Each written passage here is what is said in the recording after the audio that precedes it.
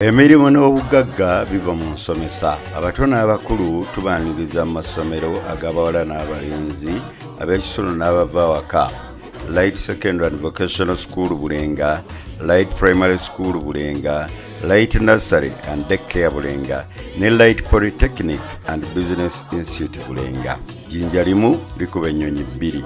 Tutendeka abanaawangula ensi mu by'amagezi, ebya ssayansi, eby'emikono n'ebyobusuubuzi, certificate ne diploma. Mu kufumba keeki n'emigaati, okubajja, ebyemizannyo n'ebibbulu, kompyuta, obulimi n'obulunzi, amasannyalaze, okusiba enviiri, ebyalaani n'emisono, okulunda ebyennyanja, ebitone, obuzimbi, okuluka amasweta n'ebyawuzi, ebyokufumba ne wooteeri, okwokya ebyuma. Abayizi ab'amasomero bafuluma ne certificate bbiri ez'okusoma kwa bulijjo ate n'ebyemikono. Tuyingiza aba P7, senior ey'okuna n'ey'omukaaga. Weewandiise leero. Pulogulaamu eno obugagga n'emirimu buva mu nsomesa ogigoberera ku TV yo era nga wandyagadde okugoberera pulogulaamu za Light Secondary and Vocational School Bulenga wonna wooli. Kino kisoboka ng'oyitira ku ssimu yo oba ku kompyuta yo mu woofiisi awo. Pulogulaamu eno n'endala zonna osobola okuddamu n'oziraba ku YouTube. Genda ku ssimu yo oba ku kompyuta ogende mu YouTube oteekemu obugagga n'emirimu biva mu nsomesa. Teweerabira kusubscribinga ng'okoona ku kigambo subscribe, mpozi ne ku kali akantu akalinga akade. Awo nno buli lwe tuteekayo pulogulaamu omanyirawo nti tugitaddeyo. Kwaniriza ku pulogulaamu yaffe obugagga n'emirimu biva mu nsomesa ekutusibwako Light Schools Bulenga nga nze agikwanjulira nze Nakibuka Jocelyn Nagadia. Olunaku olwaleero ndine director waffe owa Light Schools Bulenga omwami Joseph Mbuga Kiberu Ssaalongo. Olunaku olwaleero atutegekedde ebirungi eri amatu gaffe bye tugenda okulira ate twefuniremu naffe tuganyulwe. Olunaku olwaleero tugenda kugulawo n'okusaba. Jjukira nti mu kutya Mukama amagezi mwe gasookera n'okumanya oyo kwe kutegeera. Director waffe nsaba otusabire. Mukama Katonda kitaffe ow'ekisa, tukwebaza kubanga yali enteekateeka yo kulaba nti omuntu abeera mu nsi era watuteeka mu lusuku Adeni okululima n'okuluyonjanga. Mukama tweteeka mu mikono gyo bikula ku magezi gaffe n'okutegeera tusobole okukulaakulana n'okulongoosa engeri gye tukuzaamu abaana baffe n'entendeka yaabwe tutuuke ku buwanguzi kwa Yesu Kristo Mukama waffe. Amiina.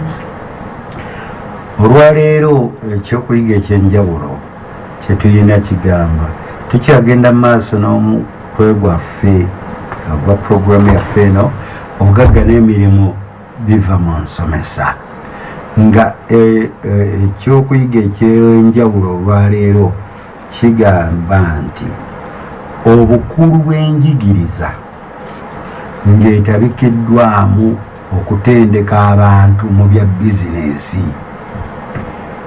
Lwaki omuntu yandigasse ebya bizinesi mu kusoma okwa bulijjo? Abaana bava eno wansi ne batendekebwa okuva wansi nga tewaliiwo kintu kiteeseteese ku bya bizinesi, nga tulowooza nti kubeera kubawabya ebirowoozo byabwe bikyankalane baleme kuconcentratinga ku mirimu, so nga kiteekwa buteekwa okuba ekitundu ku ebyo bye bakola ki bye basoma bye bategeera. Njagala tufune ekyawandiikibwa olwaleero nga kiva mu Bassekabaka ekyokubiri essula 4 olunyiriri olusooka okutuusa ku lw'omusanvu. Bassekabaka ekyokubiri mu Bible, 2 Kings chapter 4 verse 1 to 7. Katusomeyo. Awo omukazi omu ow'oku bakazi b'abaana b'abannabbi n'ayogera waggulu eri Erisa ng'ayogera nti, omuddu wo baze yafa, era omanyi ng'omuddu wo yatyanga Mukama, era ow'ebbanja azze okwetwalira abaana bange bombi okuba abaddu. Kusooka osomye ebinyiri bakumeka Olusooka. Bassekabaka ekyokubiri. Kati wano njagala tutunuulire byebizibu bye tulimu kati mu nsi. Amaka gano, amaka gali mu nsi muno. Omwana ono asituka yali mwana mukyala ow'abaana b'abannabbi. Edda okutendeka wano mu Bayibuli amasomero agasooka gaali masomero g'abaana b'abannabbi. Mwe tujjukira nabbi ono Erisa, nabbi Erisa omwana embazzi we yagwa we yagwa mu luzzi oba mu nnyanja nga bali mu mugga nga bazimba essomero ly'abaana b'abannabbi. Embazzi eno yali neeyazike, eyiya n'asaba embazzi neddawa nedda kungulu. Naye kakati obwana ono yali mutendeke, schools of the sons of prophet. Omwana yatendekebwa n'afuluma mu ssomero n'abeera mulungi nnyo era ng'atya Mukama. Naye bw'amala okutya Mukama ne wabaawo ekyabaawo. Kiki?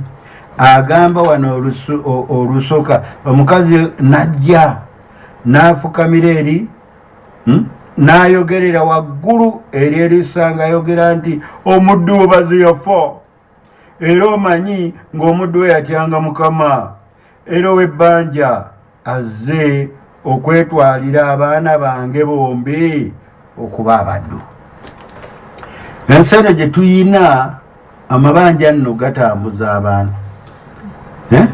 Ono ajjukiza ne nabbi nti bba yafa, ate bba yatyanga Mukama. Bino nno bye tusanga abantu abamu babeera baweereza mu kkanisa, basumba, baawule, baki. N'atuuka okuwummula abaana nga tebalina bwe balaga. Naye wano tubatuusizza olwaleero omuntu muweereza, mukadde wa kkanisa, musomesa wakisomesa, mudiikoni, naye awummudde. Kati abaana bamulekwa babanoonyeza engeri gye banaabasondera basobole okubaawo. Ekkanisa neeyisa akabbo olw'ennamwandu asigaddewo, ate munnange amaka g'owooluganda gundi tebalina kye balya. Bali awo bakola ki? Babonaabona. Naye ono akayogera ebigambo eby'ennaku n'agamba nti kitalo nnyo, omwana wange, abaana bange bombi bagenda kutwalibwa okubeera abaddu. Bwe bukulu bw'okusomesa abaana nga tebayize bya bizinesi, nga tebayize emirimu gye bayigirizaawo, ng'omuntu asoma naye nga talina kyasomoledde kyasobola kukola. Kakati wano ow'ebbanja akoze ki? Ayingiddewo, ayagala kubatwala kubeera ki? Baddu. Olunyiriri olwokubiri lugamba lutya? Olunyiriri olwokubiri lugamba nti, Erisa n'amugamba nti, nakkolera ki? Mbuulira, olina ki mu nnyumba yo? N'ayogera nti, omuzaana wo talina kintu mu nnyumba. Wangi? Nti omuzaana wo talina kintu mu nnyumba. Wolera kati omuntu agenze omwawule, agenze w'omusumba, agenze wani ew'omusosolodoti, amugamba nti naye kakati nkukolere ki? Kiki ky'olinawo? Muddu wo talina kyakola ki? Kyalina n'akatono. Ebyokuddamu bino ne bwe tunaabeera abaweereza mu kkanisa, ne bwe tunaabeera wadde n'abasomesa wadde mu professioni yonna omuntu atuuka n'awummuzibwa n'avaawo nga bannamwandu balina kubatunda abaana balina batunda ow'amabanja ali kuki ku mulyango teyayigirizibwa bakwata batya ssente abantu bangi abakwata wano mulimu n'abakwata ku bukadde obwererako ddala abadde MP abadde wa byabufuzi n'abeera ng'agenda n'afuna omudiri gwa ssente buli mwezi nga guyingirako nga gulimu naye nga talina mulimu omulala ogw'enkalakkalira gwatambuzanga ki nga bizinesi abantu bangi bizinesi zaabwe za mu briefcase kugoba ddiiru kugoba abamu kusapulayinga mpewo kuwaayo mpewo afune ki naye wano agambye bannange nkukolere ki oyagala nkukolere ki ntandikirewa kakiko olina wano mu business tulinawo principles ezisooka ekisooka byonna kiki kyosomye ogende ew'omuntu akufunira omulimu naye ng'osomeredde ki kiki kyolinawo kiki kyoyagala nkukolere ogenda omwana wange kale muleese mutute wa kojjawe amufunira omulimu naye amugambye ye gwe omulimu kigwosobola nenegwe tagwina abantu bano bonna twetaaga kikulu nnyo okuyigiriza omuntu okubaako kyakola wano kyaleeta obuzibu bw'amabanja ebbanja ne lijja mu maka ne likula ne ligenda wala genda maaso n'ayogera nti omuzaana wo talina kintu mu nnyumba wabula akasumbi ak'amafuta katudde wano buli muntu yenna entandikwa mu kyawandiikibwa wano ogamba start with what you have where you are tandika n'ekyo ky'olina awo wooli ekintu ekyo ky'oyina ekyo ky'omanyi ekyo ky'otegeera awo wooli Musa bwe baali bamugamba okugenda okununula abaana ba Isirayiri gamba nti kiki kye nnaalagirako abantu naga nti oyina kiki mu mukono gwo nti muggo suula ogwo omuggo n'agusuula ne gufuuka ki musota bwe tutuuka mu ndagaano empya nga abatume bagamba Yesu nti abantu be baali bayise nabo tebalina kyakulya enjala ebaluma baasiibye naye kakati abagoba bakole ki baddeyo eka naye baddayo eka bali kunya kyava ababuuza kiki kyolina kiki kye tulinawo ne balyoka bayisaayisa abayigirizwa be ne basangayo ebyennyanja 2 n'emigaati emeka 5 gye gyatandika gwagenda okutandika omulimu gwonna ng'ayina bizinesi yonna gy'oyina ng'oyagala okutandika obulamu bwonna nga covid aweddeko ng'oyina okutandika olugendo olupya tandikira awo wooli n'ekyo ky'olina kati agenda naye ono yamugamba nti omuddu wo talina kantu mu butuufu waliwo abantu nga engeri gye twabatendekamu omwana talina waatandikira talina kantu talina kyamanyi omugamba genda okole naye akola eki nga naye takola ki takiba bwe tubanga tugenda okubeera kikulu nnyo mu byenjigiriza abaana tubayigirize emirimu tubayigirize bizinesi tubayigirize entandikwa tebajja kubeera baana bakutundibwa buddu nga bwe bandivuddeyo eyo genda maaso tuli mu Bassekabaka ekyokubiri essuula 4 katuli ku lunyiriro lwaki olwokusatu soma awo n'ayogera nti genda weeyazike ebintu ebweru mu banno bonna ebintu ebyereere weeyazike bingiko kola bwoti wuliriza omuntu alina bbanja ebbanja lifuuse ekizibu ligenda okutunza amaka ge banka ebintu ebitwala omukyala gadi tebalina we bagenda n'abaana bennyini bagenda kufuuka ki baddu naye ate wuliriza ansa gyagambye ti ate genda weewole genda weeyazike go and borrow from the neighbors ebbanja likutwalagana naye nga bagamba tekola ki kwewola genda weeyazike ebigambo bino birabika kitegeeza nti waliwo ebbanja eddungi ate waliwo n'ebbanja ebbi naye lwe tuba tuyigiriza ebbanja eddungi lye lifaanana litya. Ebbanja eddungi lyesasula lyokka. Ebbanja eddungi olyewola ng'esente zinaalisasula enkola ennuŋŋamu ey'okulisasula weeri. Bw'oba nga era ng'ekipasenteji y'ebbanja kwezo ezizo z'okozesa nga yentono. Ng'era omulwadde bw'abeera omulwadde bw'omusanga nga talina musaayi ne bamuteekamu eccupa emu nga payinti zize zibadde teziwala naye ng'abulako payinti emu, oyo atera okulama. Payinti bbiri atera okulama. Naye singa abeera nti omusaayi gwe balina okumuwa okuva ebweru mungi nnyo okusinga ye gwasigazzaamu, emirundi egisinga atababutabusi n'akola ki? N'ayitirayo n'afa. Naye kakati bwe tuba tubanja nga linaabeera eddungi, wano kite ebbanja eddungi libeera lya kukola mulimu. Abantu bakoze ensobi ne yeewola ssente ng'ayagala akole embaga eneeyuguumya ebyalo, ayagala bamukoleko. Omuntu n'agenda mu bbanka n'alya ebbanja, n'agenda owa bbanka n'amulimba, naye nga ye kyayagala ayagala akole embaga bamwogereko. Agenda yatutte ku buko ebintu biyitirivu nnyo yakoze ki? Ebbanja eddungi lyebbanja ery'okukola ssente. Tuli ffenna era n'amugamba nti genda omulungereza go and borrow from your neighbors. Ate amugamba kwewola bintu ebigenda okukozesebwa mu production mu business. Si bino ebintu ebyokukozesa ebyokukola ki? Ebyokulya obuli. Namugamba nti genda okole ki?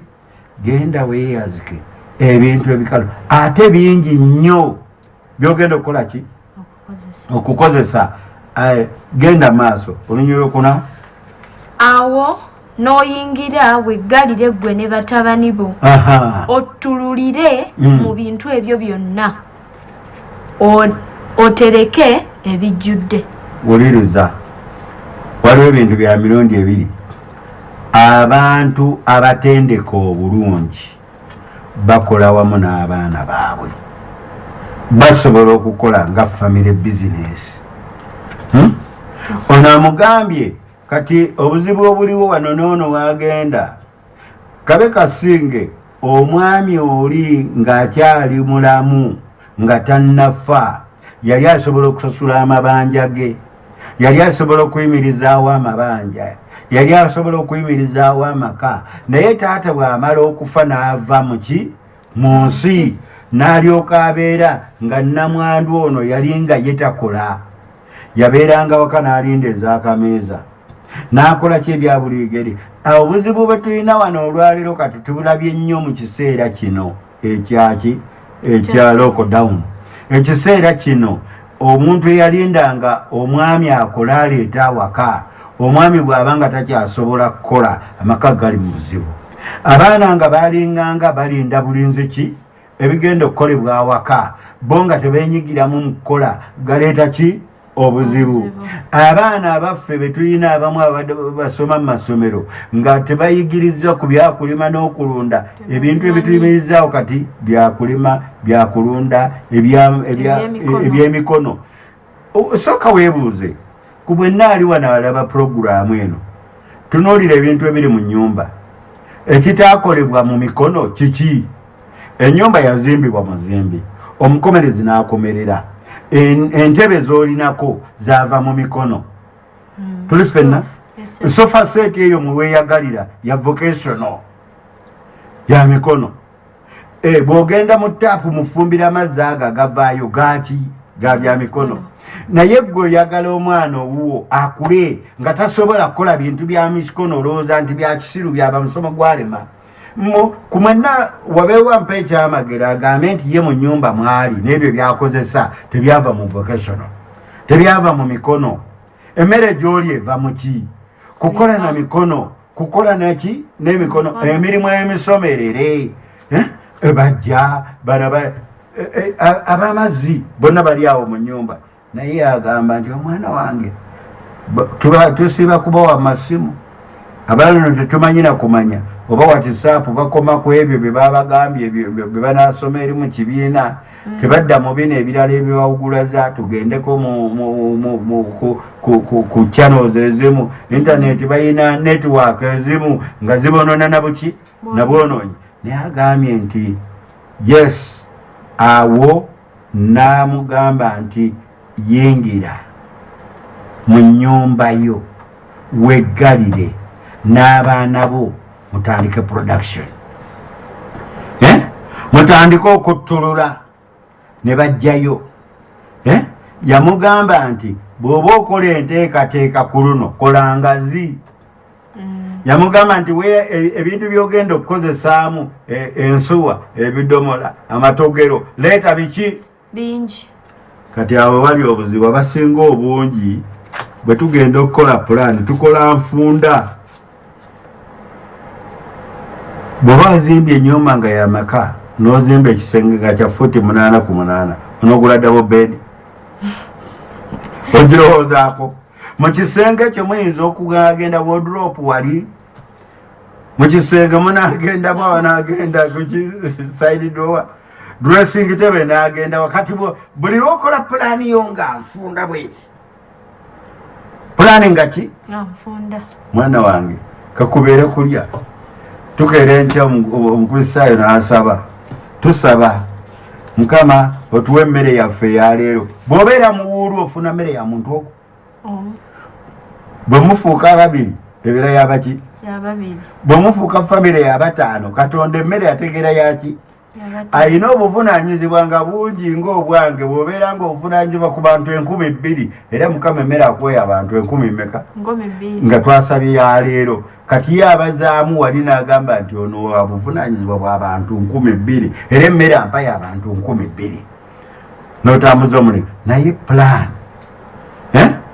abantu emirimu gyaffe tukola nga mifunda omuntu yayamula ayinza olaga nti nze katonda n'amala mpaayo emitwalo gyange 10 bwegiti ng'ebyange biwedde eryomala nagamba nti nze nemmala nkola omuntu ava mu kyalo najja ku kibuga e Kampala nga nze kukola naye nagamba naye nga yasetinga nze neefuna emitwalo 3 ng'ebyange biwedde emitwalo 3 bwe giggwako ng'asiibula ng'agenda mukama wange kakati nina okuddayo ng'omanya nti sente zaaweze bw'aba yasetinga mitwalo 6 bwe giwera ekapa yogamba nti mukozi ono bannange kale ki ekimututte ku ssaawa eno mukama wange munnange onansonyiwa naye yasetinga temperature eringanga paasi erina weekoma wagenda okola ki okukoma tugende maaso tukyali mubasekabaka ekyokubiri obukulu lwaki kyetaagisa abaana baffe tubatendeke ebyemirimu tubatendeke ebya bizinesi tubatendeke ebya ssente nga basoma omuntu ne bw'anaafuluma sebuka abeere musomba nga yafulumye nga tategeera nzirukanya ya nsimbi ebirabo bayinza obasanga omusumba w'egindi oba muki omukulu w'ekigo yatuweebudde tiki ekigo yakisudde ensimbi yakoze ki zabulankanye bagenda kubuuliriza otyo olwokutaano awo n'ava waali neyeggalira ye ne batabani be otyo ne bamuleetera ebintu nattulula mulaba abazadde bw'obanga obadde okola wekka kyekiseera abaana nabo mutandika okukola nabyo abazadde bangi balese bizinesi ezitambula ng'abaana tebabayigiriza bintu bwe bitambula ne babatunda n'amalaalo ne bagatundiramu bizinesi zonna ze mulaba wano mu nsi nga zitambudde olwaleero omwana n'akeera enkya n'asiki kitaawe n'aleka kampuni nga ya hardware erina ssente empitirivu omwana bw'akeera enkya nga batikkula twera ya seminti kuliko obusawo bwa seminti 300 naye nga tamanyi nti magini y'amagoba ge bafisaako nga bagyeko entambula bagyeko renti bakoze eki bafisaako nusu 10 ngamanyi twera eyo bwe tugitunda ng'alaba seminti batunze emitwalo 3 oba batuse ensalo ng'alaba miliyoni 9 nga yeerabira nti giri emiliyoni zonna 9 si zaabwe zakulya bagamba muzeeyi yaleka ssente. Kakati awo kyetaagisa okukola n'abaana baffe, mwe abazadde abali mu luwummula, abazadde abali mu lookawutu kati eno getuyita ani kalantiini nga buli omu bw'agiyita, kyekiseera okukola n'abaana bammwe. Abaana mbayigirize bizinensi, obanga obadde ogenda ki kati kyekiseera mwogereko ku bintu ebimu bye walowoozanga nti ojja kutoba nabyo, kubanga n'omala ovaawo simanyi ng'oba abaana bo tebagenda kutwalibwa nga baddu kubeera abasibe oba baddu kubonaabona kino kiri. Abaana tubayigiriza okukola emirimu egivaamu ssente ng'emirimu gyegiri. Era wano nabbi agamba, musajja wa Katonda agamba omukyalo ono nti genda okole ne batabani bo. Oba olina bawala, genda okole ne bawala bo, genda okole n'abaana bo, mukole nga famire tusobole okugjayo ki obwetaavu. Ebyenjigiriza nga bigattemu ki, tuyigiriza abaana nga mu kusoma kwabwe mulimu emirimu egy'emikono, mulimu emirimu egya bizinesi, emirimu egisobola okuvaamu ssente. Ate amugambye kola ne baani ne batabani bo. Genda tukyali era mu Bassekabaka ekyokubiri essula yaki eyokuna tugenda maaso. Olunyiriri olw'omukaaga awo olwatuuka ebintu bwe byajjula n'agamba mutabani we nti ndeetera nate ekintu. N'amugamba nti tewakyali nate kintu, amafuta ne gakoma. Olabye mwabakola pulaani enfunda n'oyanjulira Mukama Katonda ng'emikisa weegiri mingi nnyo. Bw'onookeera enkya n'omwanjulira bizinesi pulaani yo nga yakukola emitwalo 5 mu myezi 6 tuli ffenna era bwe zinaggwayo ng'akola ki. Kakati wano kyetuyigamu wano mu kyokuyiga kwe kugaziya emirimu. Gaziya omulimu gufuuke factory, obadde okola omu mubeere kati mwere bangi tuli ffenna. Mukole pulaani nga ngazi muteekeyo era mujangule, naye agaye nti kapulaani ko era bwe kanaatuuka nega nti ebyange biwedde kati nja kuwummula mirembe. Kaakano Mukama siibula omuddu wo n'emirembe ng'ekigambo kyo bwe kikola ki bwe kiri, kubanga amaaso gange galabye. Bwe nategeka wano nti Mukama nze kati ebyange biweddeyo, nayagala poloti we nazimba nzimbye weeri, sifiridde mu muzigo siringa abalala. Kola ku pulaani engaziko. Oli mu kiseera kino ng'otudde awaka, kati tandika okulaba buzibu ki obubaddewo, lwaki tunyigiddwa ekiseera ekifaanana bwe kiti kya mwezi gumu, nakwana mu mmeka ze twakamala ng'omuntu awuli agenda kufa bufya ggwewo. Kakati kyekiseera tutuule mu kiseera kino mukole ku pulaani engazi. Obuzibu bwe bubadde bugende maaso. Abaana bange basomanga muwawa, kabasomereko omulimu ogwaki ogw'emikono, omulimu ogwa bizinesi gwe basobola okukola. Muleme kugamba nti nze nkyaliwo bwe ndiba nvuddewo ekale naye kati Katonda akyabawadde omukisa wendi. Abaana bange tebalina kakaalukana, babeerawo nga kimuli. Genda omaleyo olunyiriri olwaki olw'omusanvu. Olunyiriri olw'omusanvu lugamba nti awo najja n'abulira omusajja wa Katonda n'ayogera nti genda otunde amafuta osasule ebbanja lyo. Look here. Solution ey'okuva mu bwavu, solution ey'okuva mu buzibu bwa buli ngeri, solution ey'okubaako mu banyi, tandika business. Kati amugamba nti genda otunde, after production sell. Tolima mmere yakulya yokka. Bw'oba olima olusuku toga nti nze emmere yange kati emala, sikyagula mu katale, sikyalina buzibu. Kola emmere ey'okulya yongerako gy'onootunda. Okugaziya omuki omulimu kyekiseera tutendeka abaana tukuze amaka tukole buli kimu nga mulimu bizinesi. Owulira nga bwolabye eyo bwobe tuteeka baana baffe tulina olusuku balima emmere yika 18 n'ekitundu lusuku lwa ssomero abaana bayigiramu okulima abaana basalira olusuku yika 18 balima emmere ate ojja kulaba nga mulimu ebisagazi tulunda ente olwokuba tulunda ente ebisagazi bino tubisaawa ne tubika olusuku ne tusaawa ebisagazi tujja mulimu ensalosalo tujja kusangamu ki abaana abo entendeka yabwe si yakulima nga trakita bayima okulima okwekigero okyomuntu omutendeka obulungi omuntu nabeera nga akoze eki ekiseera kino batugambye abamu tuli mu kibuga tukaaba miranga yaye omukulu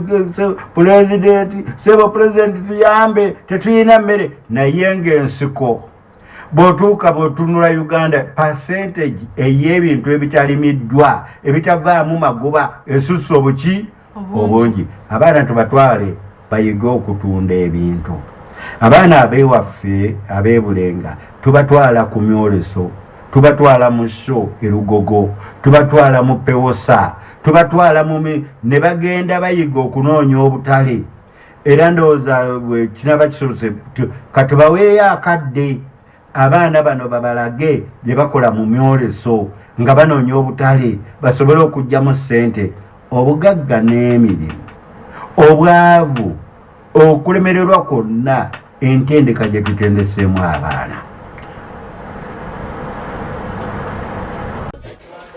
omukwana mpuliriza era ndaba nkwaniriza ku programu yaffe obugagga n'emirimu biva mu nsomesa nali naawe omulundi guli ne tukubuulira ku bikwata ku masomero gano aga Light Schools Bulenga kakano nkomyewo kutusaako abaana luli twali tubyogerako bwogezi naye kati abaana babikola tuli ku practical kati tubeerabirako abaana bano aba Light Schools Bulenga ndina abaana banyabo mukola ki wano musaba mumbulire kati guno mulimu ki kuba nange sibitegeera kati wano eno bagiyita knitting class mwe tutungira amasweta kati nga aga primary tulinayo amasweta aga secondary ne light nursery Bulenga ge masweta nyabo ge tukola banaye mwebala omulimu kakati njagala ombulire ekintu kino gwolaba kikuyambirawa gwofuniramu wange omuyizi nze ng'omuyizi owa Light Secondary and Vocational School Bulenga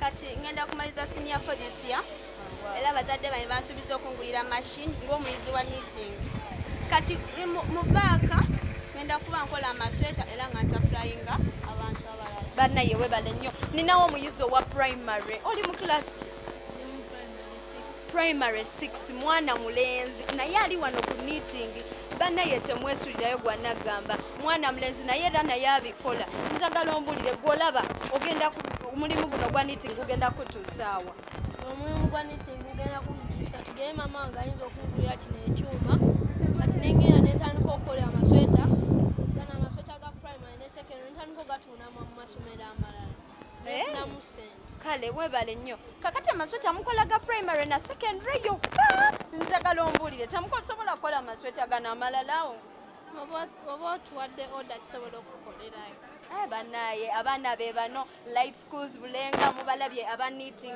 bane bakola courses nyingi nnyo twazikunyonyola luli ne muziraba courses 32 namba kakati bagenda tulagako tebalese ebyuma byonna kakati bazze mwoleso enambole baleseko bitono naye tugenda kulaba ebintu ebyenjawulo bye bakolako kakati omwana ono wa knitting njagala ombulire okwasaganya otya ebintu biri ebya classroom ate ne bino ebyemikono tebikukalubiriza nedda mukwano tebinkalubiza kubanga batuterawo timetable kati ffe tugiyita throat oba bwetufuna olunaku lwaffe olw'okutunga amasweta tubeerayo ku lwokuna nkuyamba nti nsoma okuva Monday, Tuesday, Wednesday, Thursday nengenda mu throat yange ey'okukola ki ey'okukola amasweta si buli kiseera nti nno mba ngenda ku koosi buli kiseera I have to read my books kuba ndi candidate omwana tumuwulidde abasoma bagenda mu class ne bavaayo ate ne bafuna ne specific time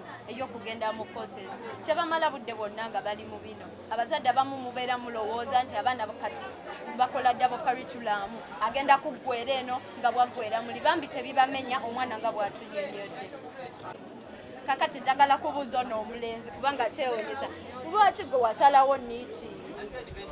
Nasalawo knitting kubanga waliwo amasweta ga bbeeyi sente nyingi tosobola nti nokukola kati kezivaamu 5 naye nga namasweta gavaamu sente nyingi kati nsobola n'okwesasula school fees wemba ndyagadde okusasula bannaye omwana mumuwulidde ye yalonda amasweta kubanga alaba nga galimu sente nyingi alaba value nene agenda kutunda wali esweta mitwalo 5 nga naawe ogigula ogiraba mwana muto nga yagikuguza omwana bwatyo bwatugambye kakati gwe nnyabo nawe njagala ombule lwaki wasalawo knitting?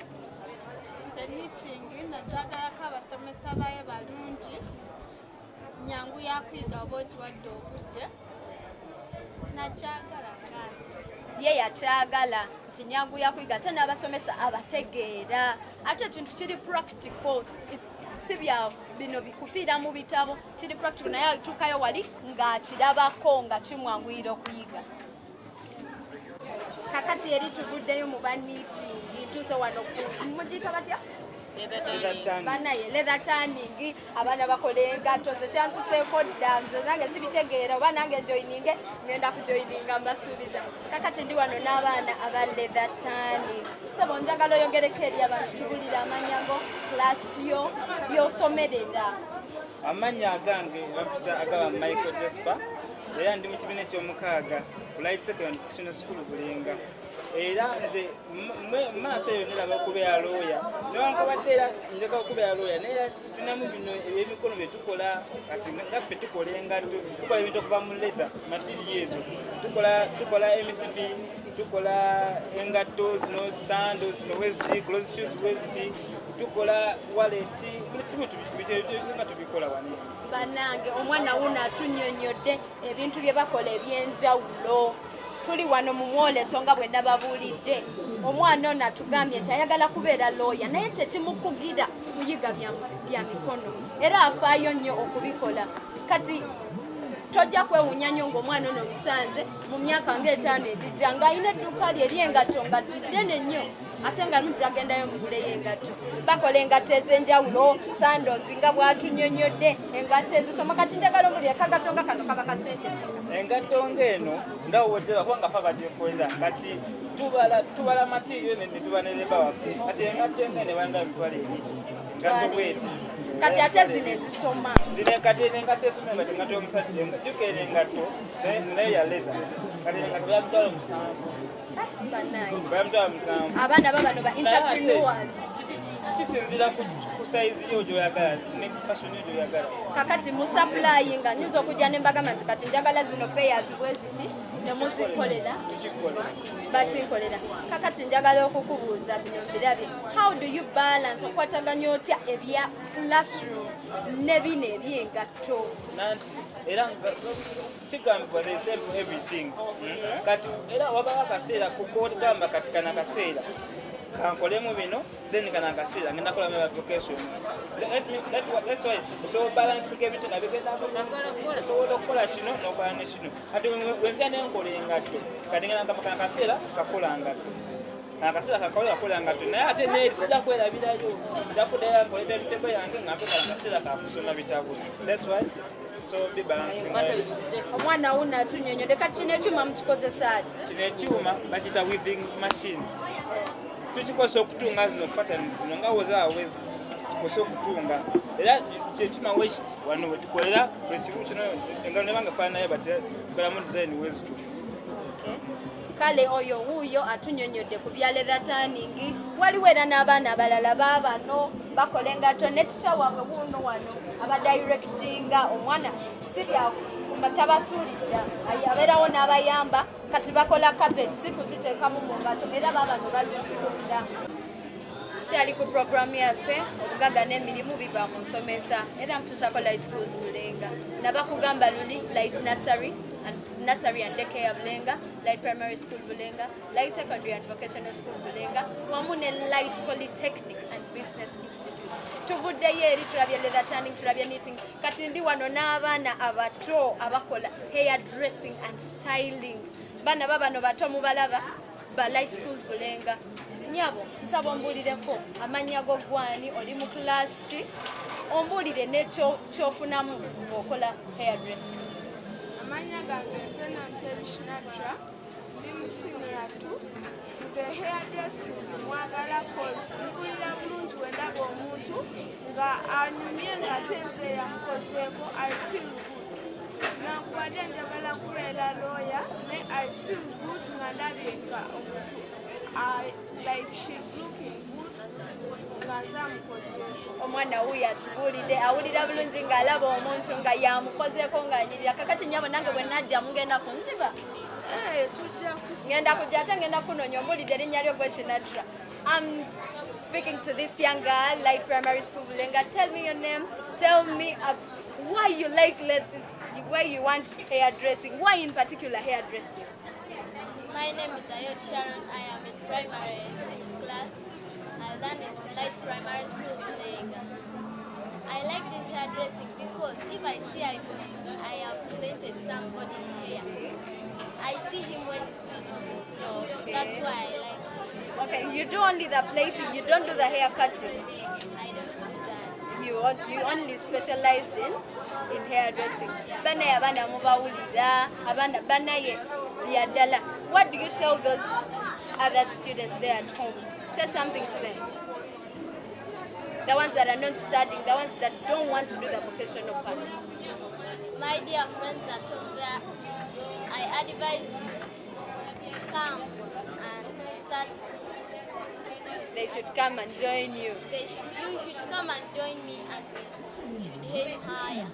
Okay. Omukyala wuno bamusanze wano azze neyegatta ku baana bano abakola hairdressing. Omukyala wuno bamumaliriza enviiri bamaze okuzisiba. Nsaba tubuulire awulira atya abaana bato bano be bamukozeeko tebanaba kutandika saluuni zaabwe naye bamukozeeko ate nga bavudde ku ssomero. Mbadde njagalira ddala okukakasa nti abaana bano be bakola gyebiri naye nfunye omukisa ne bansiba enviiri era mpulira bulungi nti omwana omuto nga bano abali wano bankozeeko ate mpulira nga nnyumi mpulira emirembe kale era mbaagaliza birungi nange ngenda kunoonyayo omwana mutwale. Amiina, omukyala wuno atusuubiza omwana musanyufu nnyo kye bamukoledde bamukozeeko ate alabika bulungi beebo aba hairdressing. Kakano tuvuddeyo ku hairdressing nkyali n'abaana aba Light Schools Bulenga. Ndi wano abaana mukola kosi eno?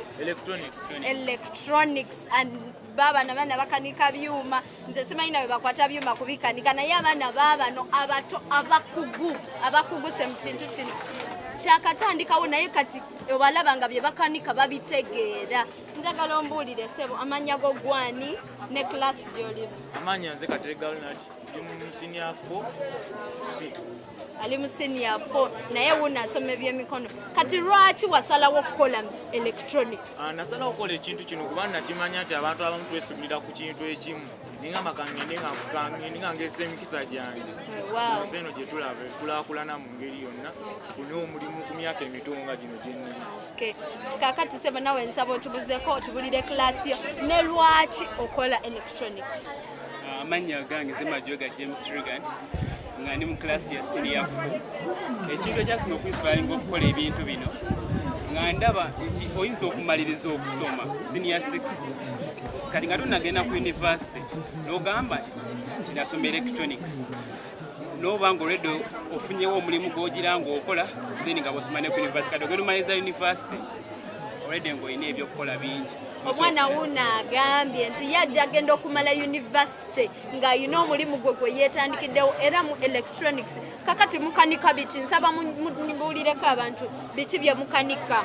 Tukanika ebintu ng'amasimu, laptop, paasi, byonna kale ebintu ebikozesebwa ewaka nga bikozesa amasannyalaze. Byonna ebikozesa amasannyalaze babikanika. Kati omwana ono agenda kuddayo ewaka ebintu byononeko besimu ya mami yononeke kennyini yagenda okugitula akagitereze fridge yononeke yagenda okugikola emmotoka byonna yagenda okubitereeza tamulaba nammwe abazadde nga kizaamu amanyi ng'omwana wo akuyambye sente ze walimaze ng'ogenda okukanika fridge omwana kennyini ewaka yagenda okugikanika ndaba nga kizaamu amanyi ate nga kyamukisa kakati njagala mumbuulire weerabawa mu myaka nga 5 okuva kati kintu kyeneraba mu myaka 5 mu maaso okuva kati nerabamu ekintu kyamaanyi lwansonga ebintu byenjiza essaawa zino bisobola okundeetera okukola sente zesimanyi nakumanya muwendo.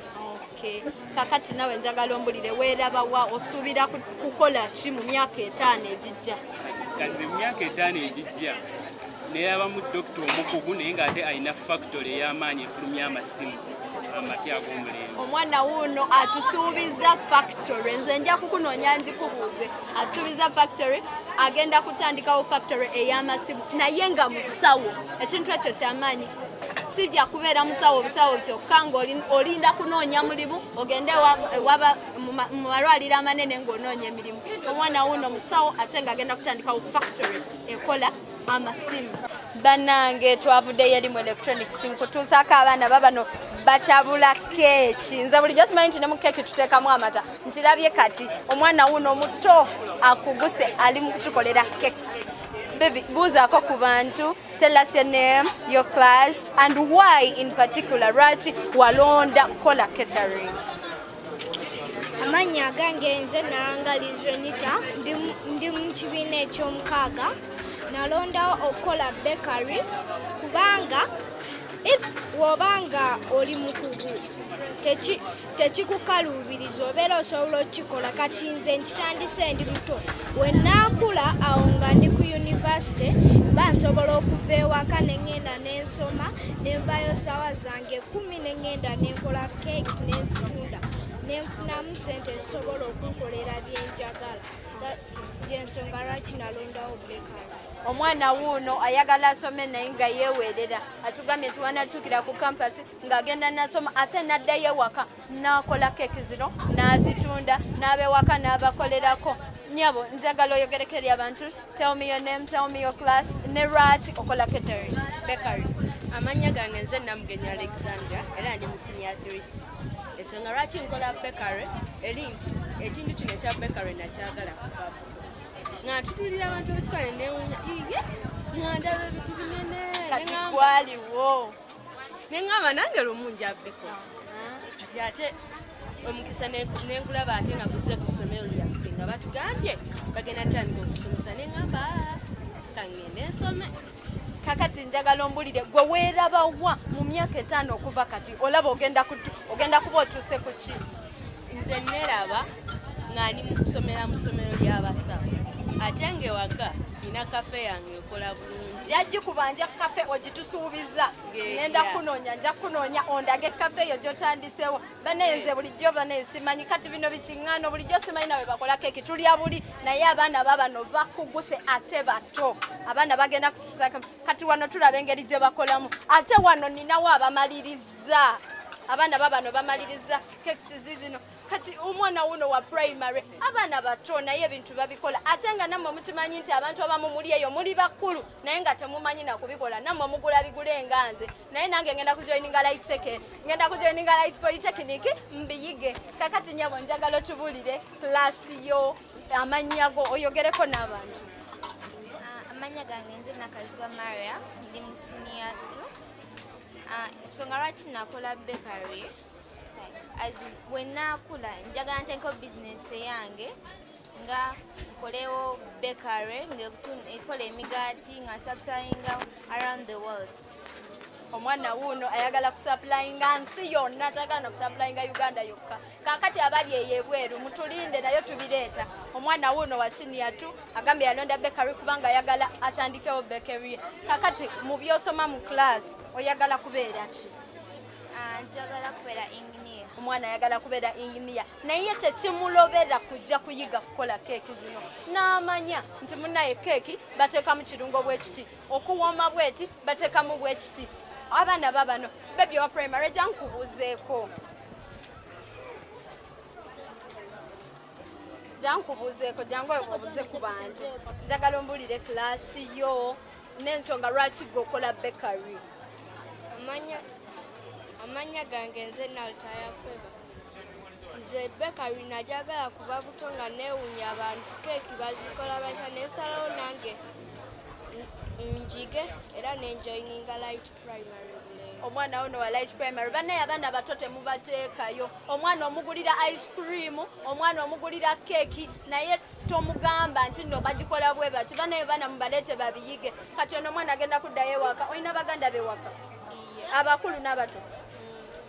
Omwana alina baganda be kati agenda kuddayo nga wali ye mugezi nga yabayiseeko dda nga yabibakolera nga nabo bamwewuunya.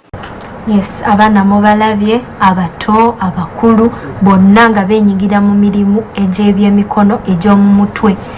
Sebo director njagala tutangazeemu abakwetaaze bakusanzeewo abayinza kufuna kutya. Enamba zaffe ez'amasomero mu programu zonna muzirabyeko muzisomye. 0703414809 n'endala ezo zonna nga bwemuziraba ku lutembe. Mu ngeri y'emu genda ku YouTube teekamu programu title yaffe nti obugagga n'emirimu buva mu nsomesa. Kasita onooteekamu ojja kulaba programs kati zigenda twakaweza 38. Ojja kulaba byonna ebikolebwa. Koosi tusomesa koosi 32. Mu kusomesa kwaffe tusomesa buli koosi, tetusomesa labayo n'omuntu asomye ekyalaani tumuyigiriza engeri y'okubala mu bizinesi eyo asobole okwekozesa emisolo agitegeere. Tulina koosi 32 tetugenda zimalayo wano. Tewaliiwo kisomesebwa mu Uganda muno ekirimu ssente ekirimu bizinesi ezivaamu ssente kyetutasomesa Bulenga. Tusomesa okuva ku baana tulina Light Nursery, Light Primary, Light Nursery and Daycare. Eyo yegenda ne program ey'abasomesa abaana. Early Child Development Certificate ne Diploma abo bo bagendera wamu ne nursery. Oyagala kubeera musomesa w'abaana aba nursery, abaana ab'emyaka emitono, aba primary, Early Child Development tugigatte wamu ne nursery. Ate bayigiramu abasomesa abo era bayigiramu ebyemikono, ebyokubekinga, ebyokutunga, ebyokufumba, bundi certificates ez'okulabirira abaana. Era eyo mwe tutendekera n'abo abagenda ebweru bano abandyagadde okugenda bakola emirimu egy'okulabirira amaka, egy'okulabirira biki, house help, nayo ng'erinamu certificate ey'ekikugu emanyiddwa ey'omutindo. Kati ate bano bonna aba primary, abaana abatannatuula P7 n'abantu abasomako ne batatuuka ku P7, tuyina omuntu nga mukulu olwaleero ng'ayagala okusoma tumufundiza program ng'obwongo bwe bukulu, tumufundiza program ya primary mu myaka 3. Omwaka ogusooka n'asomeramu ebya vocation ate n'asomeramu waaka eya P1 to P3 n'agimala. Omwaka ogwokubiri nga bwakuguka mu mirimu gye gino gy'asoma, school fees z'asomera eno ne tumusomesezaako ebya P4 ne P5. Mu mwaka ogwokusatu n'akola ki? Bw'oba wakoma mu P4 P5 mu myaka 2 n'atula P7 n'amuyita n'afuluma ne certificates ez'okusoma ezandivuddeyo n'agenda ku ddaala eddala. Mu ddaala erya senior like second and vocational school Bulenga tegendako muntu atatuukamu atalina certificate ya P7. Yeeva kuba P7 okutuuka ku senior ey'omukaaga ne bakolerako koosi zino eziri ku mutindo nga zirina ebbaluwa ate nga neddaala eryaki eyandivuddeyo eri. Kati ate eyo nga tuvuddeyo ne tubeera ne ku Light Polytechnic and Business Institute. Ate ero yo terinnyayo muntu atalituuka ku ddaala lya senior yakuna. Bava ku senior yakuna tebeerayo omuntu abaana abadduka wansi w'emyaka 16 sini eyokuna eyokutaano ey'omukaaga ne bana abalala abali wakati w'emyaka 16 n'emyaka 22 abo bo babeera ku kampasi ya secondary baba bakyasobola okuyiga ebintu nga basomako omusindika ku dotcom n'omusindika research n'omutwala mu gundi eri bajja kudduka obwongo nga butwala tubaddukanya kubanga obwongo bukoze okutegeera ebintu ebyaki ebyenjawulo ng'eddala erya haya kati betusembyayo bali abakulu abalala polytechnic etwala n'abamaze university minimum senior 4 ate n'abamaze university ne baddamu ne basoma waliwo abantu abasomye ebintu nga basomera gya musibattaayi tegikyaliko mugendo kati n'akomawo kati omuntu ali ku ddaala nga lya diguri nga zojja omuyigiriza bizinesi tatwala bbanga lyerimu n'oli eyali owa sini eyokuna kyova olaba nti tulina courses gwe totya ali eyo gogamba nasoma bya diguri nasoma ki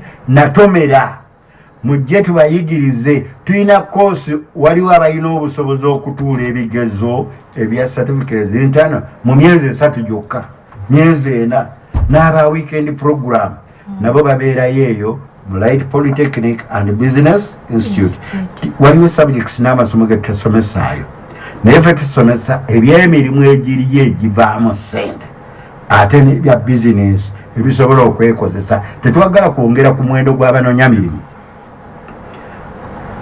tutukubire ku masimu ago tukulagirire engeri gy'ofunamu forms n'ebyetaago ate genda ne ku YouTube essimu gyazisangayo mu programu olabe ne byetusomesaako ebimu kosa endala tetuzimalangayo kosa 32 tukyeyongera maaso tweyanziza nnyo tweyanzege director waffe mwebale kutulaba obudde tuba na butono naye nga bwatugambye ku YouTube ogendayo notekamu obugagga n'emirimu biva mu nsomesa ojja kubanga programs eziraba ne courses ez'enjawulo zetusoma ku Light Schools Bulenga mbagaliza olunaku olulungi mukama batukumire mweraba Programu eno obugagga n'emirimu buva mu nsomesa ogigoberera ku TV yo era nga wandyagadde okugoberera programu za Light Secondary and Vocational School Bulenga wonna wooli kino kisoboka ng'oyitira ku ssimu yo oba ku kompyuta yo mu woofiisi awo programu eno n'endala zonna osobola okuddamu n'oziraba ku YouTube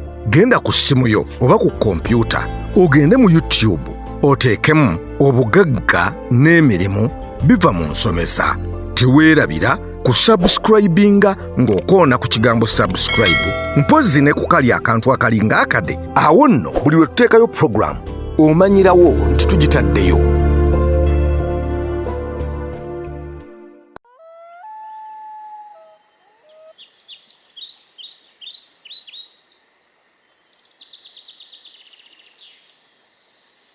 James K Music.